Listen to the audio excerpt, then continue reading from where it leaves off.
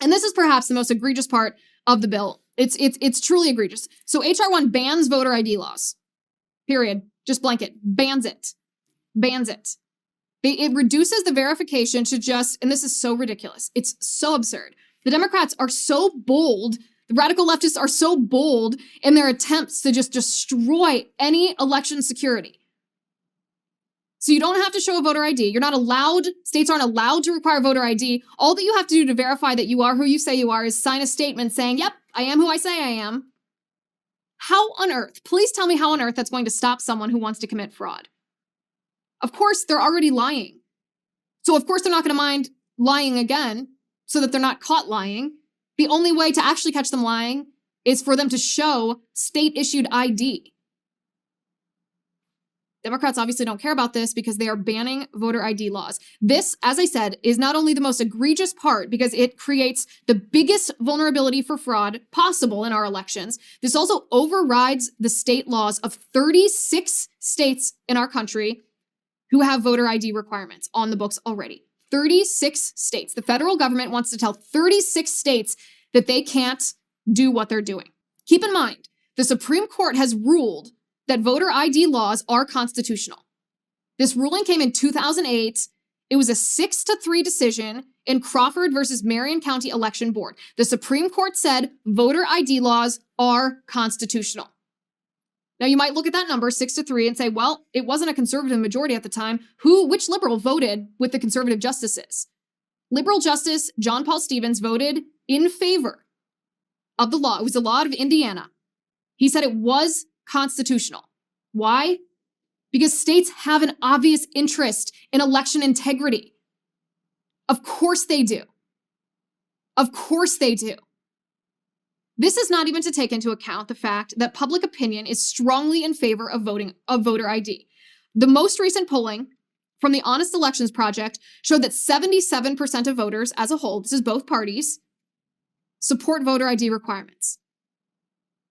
That's 62% of Biden voters support voter ID, 64% of Black voters, and 78% of Hispanic voters support voter ID laws.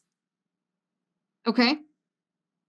Overwhelming majorities. The only people that don't support voter ID laws are the radical leftists who crafted this bill.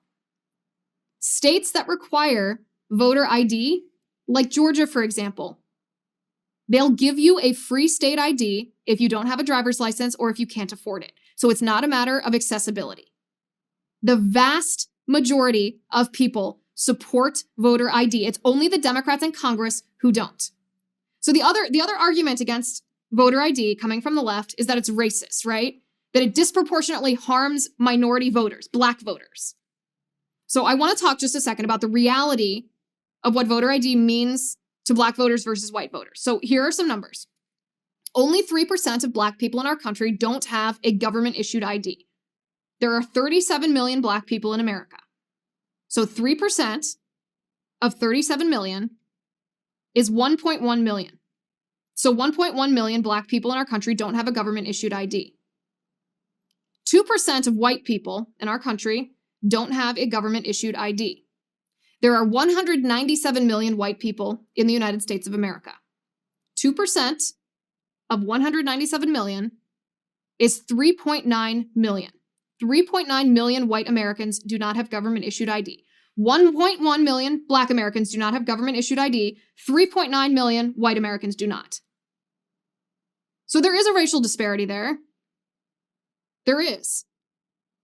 3.5 times as many white people don't have government ID compared to Black people. The Democrats don't mention that, do they? They certainly do not. Public opinion favors voter ID. Racial minorities are not disproportionately disadvantaged by not having government-issued IDs.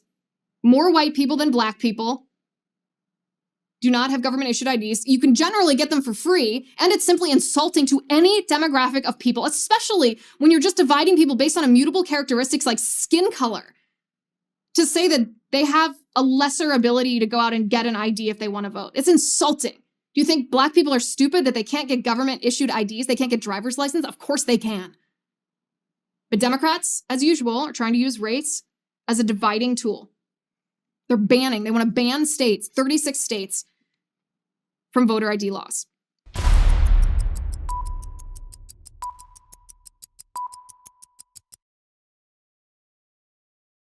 Hi. Before you go, let me talk to you about something. As you know, I've been censored on Facebook and YouTube, so I partnered with locals to create a censorship-free community. I also just launched my show, and I have a lot of exciting new things coming up that I want to make sure I can share with you and get your input on. I'm going to be sharing behind-the-scenes looks of my set and my show prep, and I get a lot of questions about my hair and makeup routines, my research process, and so much more. So I'll give you sneak peeks of all of that. I'll also be doing exclusive segments of my show just for Locals VIPs. All of my interviews will be shared on Locals for VIPs to watch as well. I'll be taking questions directly from VIPs for the video mailbag in my show, and you'll get the episodes free from ads. Who doesn't love that? Not to mention, I'll keep doing everything that you've already come to love. Ask me questions for live Q&As. Let's talk about your favorite books, what yummy vegan food I'm eating for lunch, and what ridiculous headlines I'm reading today. You can do all of that and more, but only if you are a Liz Wheeler Show VIP on Locals. The monthly subscription is $9 a month, but if you really want a good deal, we have an annual subscription for just $72. That's 4 months free. 4 months. So join me on Locals as a VIP. I'll see you over there.